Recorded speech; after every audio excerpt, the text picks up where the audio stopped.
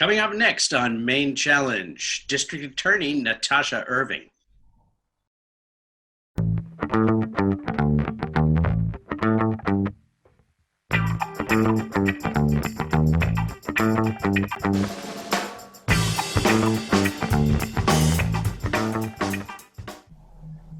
Hello and welcome to Maine Challenge. Our guest this week is District Attorney Natasha Irving. Welcome, Natasha. Thank you so much. I'm happy to be here. It's good to have you. You are the District Attorney for 4 counties, am I correct? Yes. That would be Saginaw, Lincoln, Knox, and Waldo counties. Knox and Waldo. That's a lot of miles. It is. I've put a lot of miles on my car. I have a Prius, so that helps. But yeah, I get around. I get around the mid coast quite a bit. So let me guess. The counties don't offer frequent flyer miles, so it's not like you could. I know. There's an airport in Wiscasset and there's an airport in Owlshead. I don't know why I'm not. Yeah. Well, we'll see. We'll see if we can get that in the budget. Well, first of all, my first question is to you, is the job of district attorney pretty much as you expected to be when you ran for office, or is it different, and if so, how? So I would say that I came in and I ran on a platform of criminal justice reform, knowing that the district attorney had enormous power over plea negotiations, over who was charged, what they were charged with, and what the ultimate outcomes were. So that was my first one prong, was that we would charge less. We would stop charging so many non-violent, non-dangerous crimes, so we would save resources for violent and sexually based crimes that I didn't believe were being prosecuted appropriately. I didn't believe that they were being prosecuted with enough veracity. The first part, not charging as much. Not sending people to jail for mental illness and addiction-based crimes that were non-dangerous, getting people into treatment instead of jail, using restorative justice for thefts and for non-violent crimes. I feel that there's been tremendous progress on that front. Now, reallocating our time, our energy, our resources into prosecuting violent and sexually based crimes is something that we work on every day, and it's something that keeps me up many nights. That is something that takes a greater effort from all of us, the district attorney's office, but law enforcement also. So we're really working on building evidence-based prosecutions for things like domestic violence, sexual assault, and that is complex, and it's taking more time, and I think it's going to take more resources from our counties, or really ideally, I think we should have a grant writer to be able to bring in money to help us really tackle those challenges. So I guess that's a long answer, but what I'm getting to is some of it happens like that, and some of it is a long haul, a long effort to try and really change how we're focusing the system. Does most of your funding come from the counties, or are there other sources of funding as well? Yeah, we have our attorneys, all of our assistant district attorneys and the deputy district attorney and myself, all of our salaries are paid through the state of Maine. All of the other resources are paid by the counties. So I have 4 counties, 4 different county governments trying to coordinate 4 counties, trying to negotiate with 4 counties regarding something new, for instance. And 4 budget proposals. Yeah, so the issue is often becomes, well, are the other 3 counties going to do this? So it becomes, and they're not all on the same budget schedule. So it becomes difficult. All the counties have different dynamics, and I think that focusing again our efforts in a new way, and recognizing my power as district attorney to do this, working with the counties to allocate funds differently than before is, it's a challenge. And they do pay for everything else, with exception of one other grant that we get every year to help pay for victim witness advocates in the district, and for a domestic violence investigator. Do you have to partner with 4 different or maybe 3 different jail administrators and sheriffs, right? So we have 4 sheriffs, and in Wiscasset, the jail in Wiscasset, both Saginaw and Lincoln County folks that are sentenced to jail go there. And in Knox County, they have their own jail. And the jail administrator, it's complicated, but the jail administrator for Knox County is also the jail administrator for Waldo County. In Waldo County, we have the reentry center, but all of the jail sentenced folks go to Somerset County. They have a new contract with Somerset County. The jail administrator for Knox and Waldo is an incredible person, and the reentry center is incredible. And I look forward to keep being able to work together to get to really look at alternatives to. We all have the same. I think the same motivation to keep people out of jail that really should not be there. They should be in treatment or in some sort of rehabilitative program. Thank you.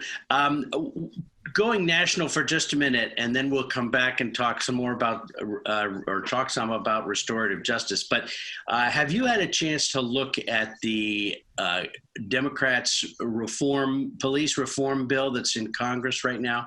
I have been able to take a cursory look at it. I have had quite a busy period of time since that came out, but I have been able to take a look at it, yes. Any thoughts? I mean, is it something that's actually going to be feasible? And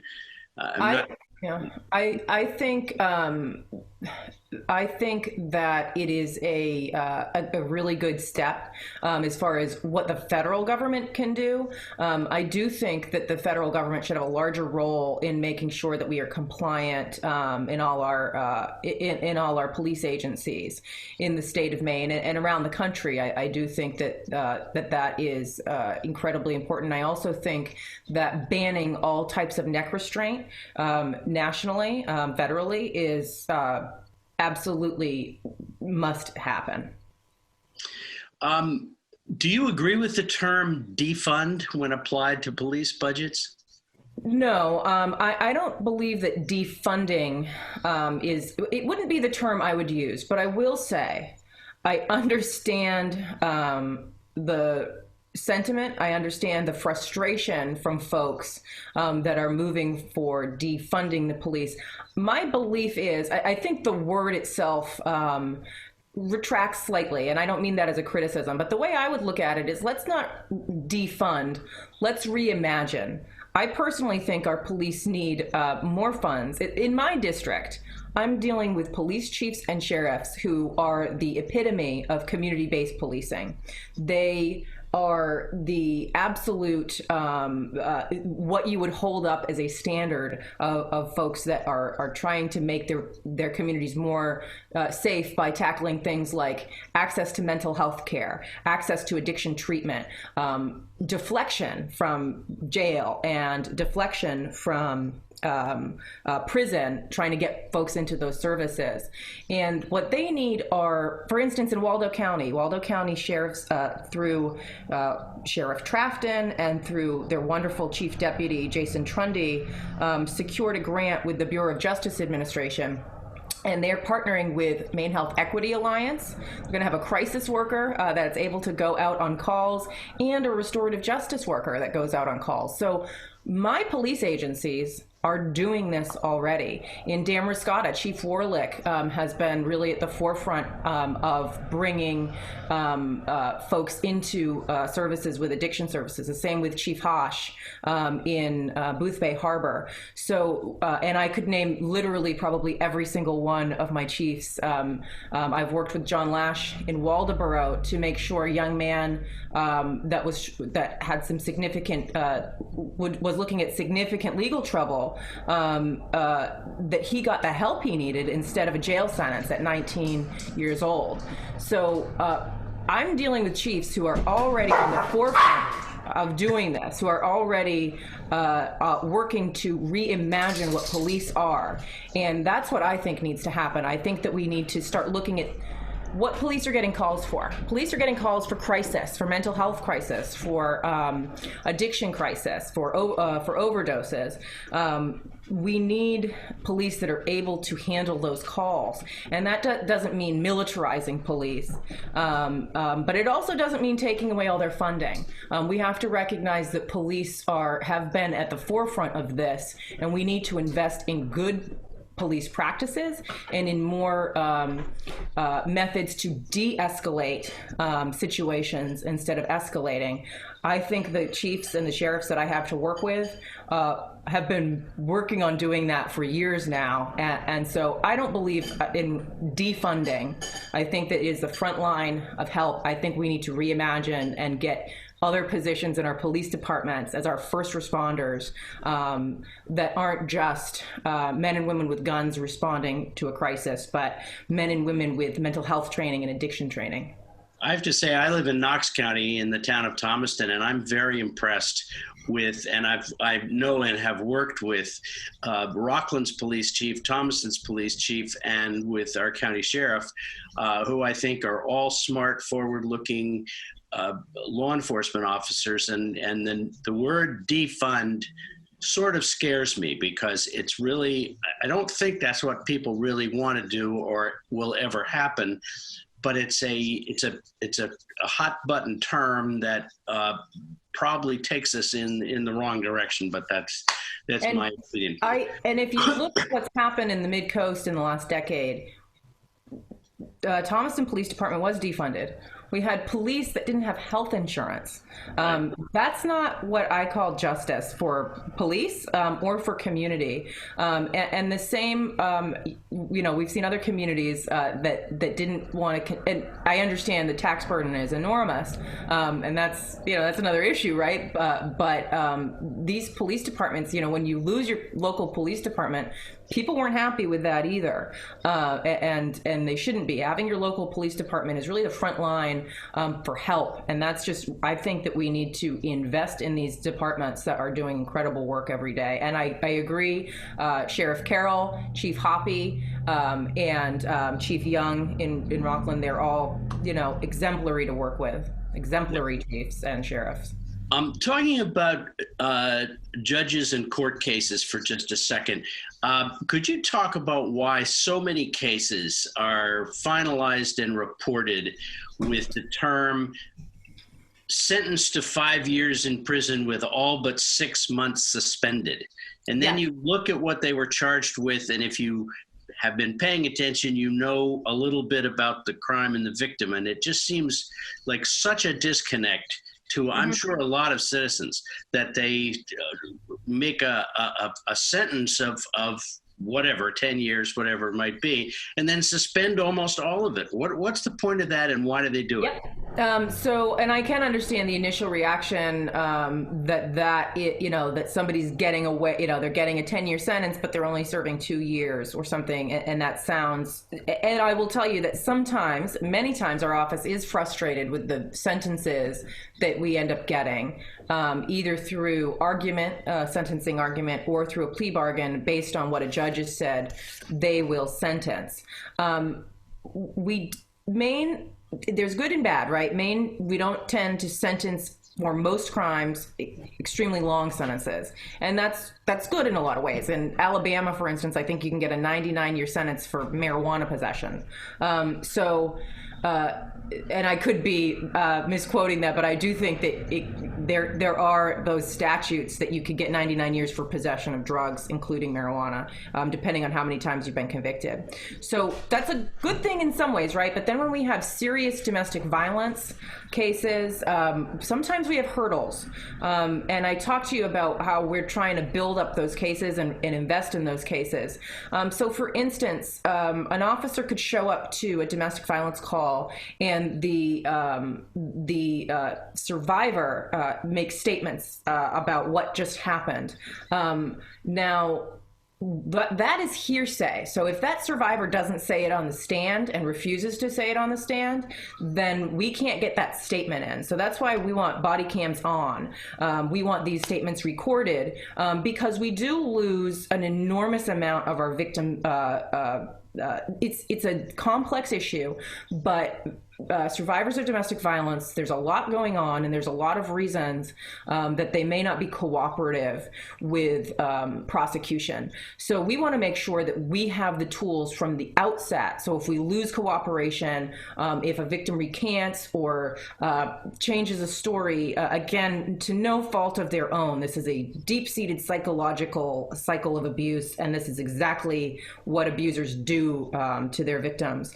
So we know that we're not going to get a conviction after trial, and we're put in the position of plea bargaining. Now, lastly, I will say that when you're looking at a sentence that's suspended, one of the benefits to that is, let's say you get a 5-year sentence with all but 9 months suspended.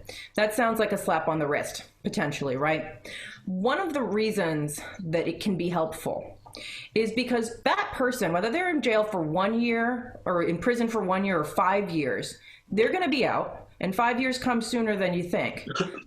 So having that period where they have consequences over them, right? So they're on probation and they have a suspended sentence. So that means if they were convicted, they would be open to going back for another set of years. And that's the calculations that we're doing, is what kind of community monitoring do we have? What are the tools to make sure this person gets the treatment they need to potentially, like, for instance, we have in Maine, if you're convicted of domestic violence, you are required to do certified batterers intervention. And this is cognitive behavioral therapy that has a good impact. It's not perfect, it's not 100%, but it is over the course of 42 weeks, and it is really quite an undertaking. They go to domestic violence court often, and having that treatment, and then having those consequences, the probation, you can't have contact with your victim, all of that over their head creates community safety. So it's not as punitive as sending somebody to prison for 5 years. However, it is evidence-based as far as keeping the community safe. So I understand, I completely understand and commiserate. I understand that those punitive measures for some of these crimes are what the community wants and desires, but we have to weigh that with evidence-based results, knowing that that person is going to have a better chance of reentry without committing more violent crimes, and that ultimately has to weigh on our minds, because creating another victim is not going to be helpful to anyone. Thank you. That's a really interesting and complicated set of issues there. And speaking of complicated issues, would you give our audience a primer on the whole concept of restorative justice and how, when and if we get there, it will improve a lot of lives? I will try to do my best. It's quite a concept. So restorative justice, it really starts out with building community and building healthy communities that are resilient and able to deal with harm. So you start before the harm has occurred, and you really look at trying to build connection and build networks and connection with folks in the community. So we have the vocabulary, we have the understanding that when a crime occurs, a harm occurs, the community can come together, right? The community can come together to address the harm. So it really takes that initial community building where we all invest in our community. So this can happen at a school, or it can happen in the city of Rockland, or it can happen in the county of Knox. It's about really having that localized community investment of the people. Now, when you're looking at restorative justice in the criminal justice system, you're looking at, or when there is a potential to have that interface with the criminal justice system, a harm has been done, right? And that would if it was something that our office might be involved in, it could be a theft, it could be a criminal trespass, there could be any number of different crimes where there is a victim that has suffered a harm, and really, in order to be made whole, restorative justice, the philosophy is different than our traditional criminal justice system, which says, well, it's the state versus John Doe, and we are going to try and prove a case against you for shoplifting, and we're going to get a sentence of 10 days in jail, and then you will have a criminal record for the rest of your life. It's punitive, and it's not restorative. The victim may have some say in what a jail sentence might be, but they don't. We don't get any direction as far as righting the wrong other than that punitive measure. With restorative justice, you sit together with the person that created the harm and the person that was harmed, and then other affected individuals in the community. Could be a neighbor, it could be the family of the person that was harmed, it could be another local business that has been harmed by shoplifting, for instance. And you have a facilitator that's there that helps this dialogue where the person that created the harm apologizes for what they did, and they explain what brought them to that point in their life where they committed that crime. I'm sorry, we've got so the victim is able to express what happened to them, how this affected their life, and together they create what's called a reparative agreement as a community, right? And what will it take for the victim to feel whole, and really for the community to feel whole? Because a crime, again, in the criminal justice system, we say the state of Maine. This was a crime against the people of Maine. We don't name the victim. It's the people of Maine.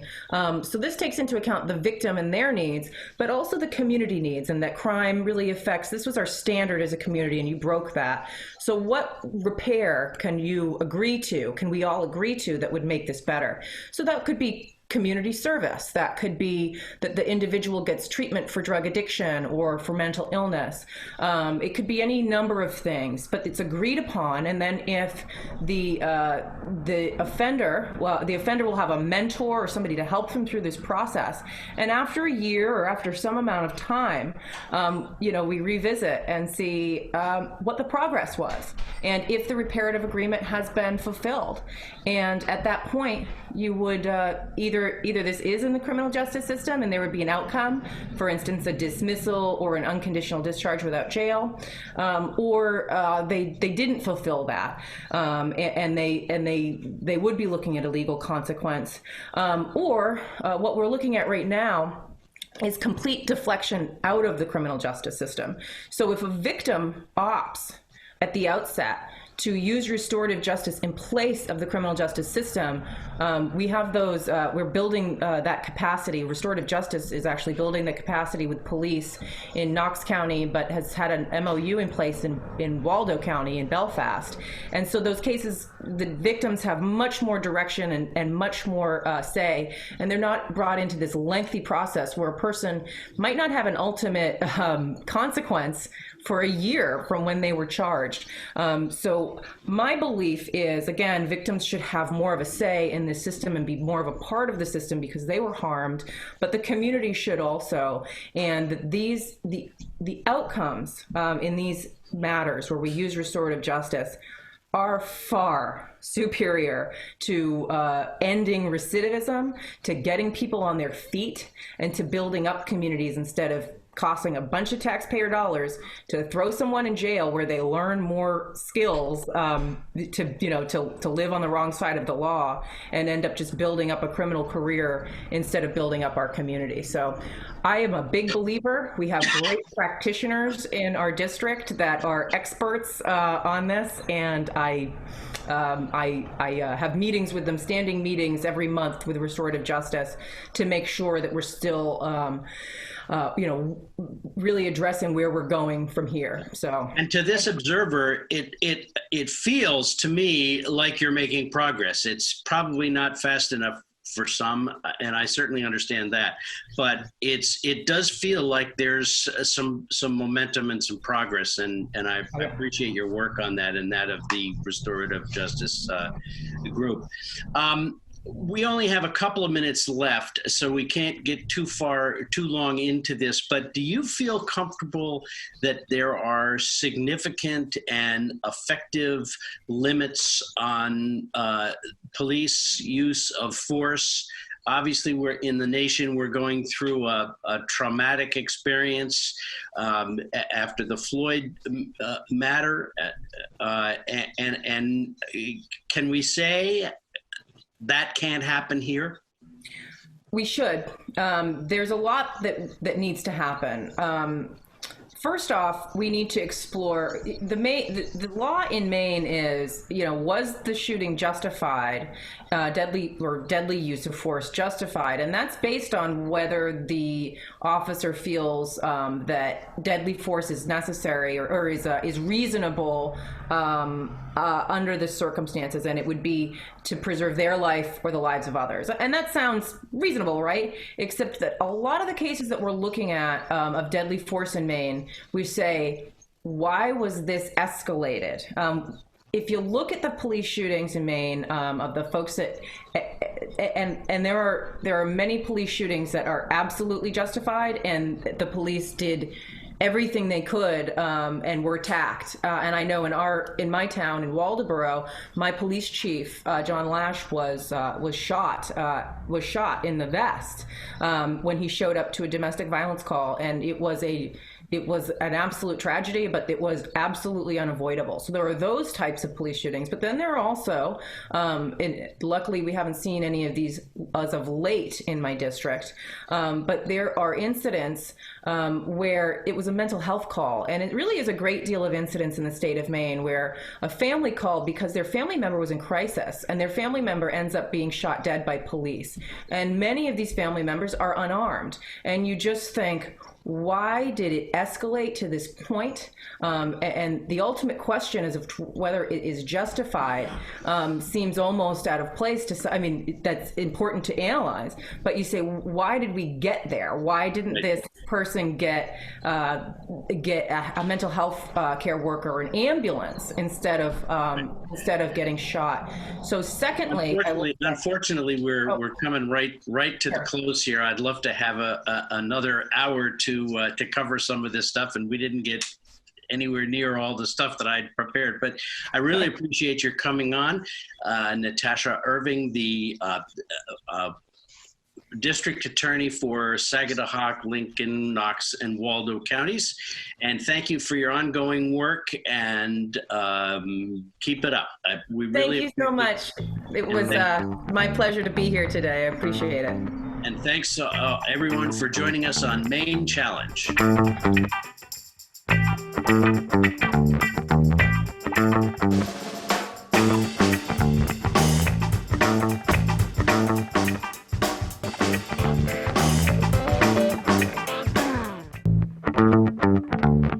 Show your support for Maine Challenge and LCTV's programming.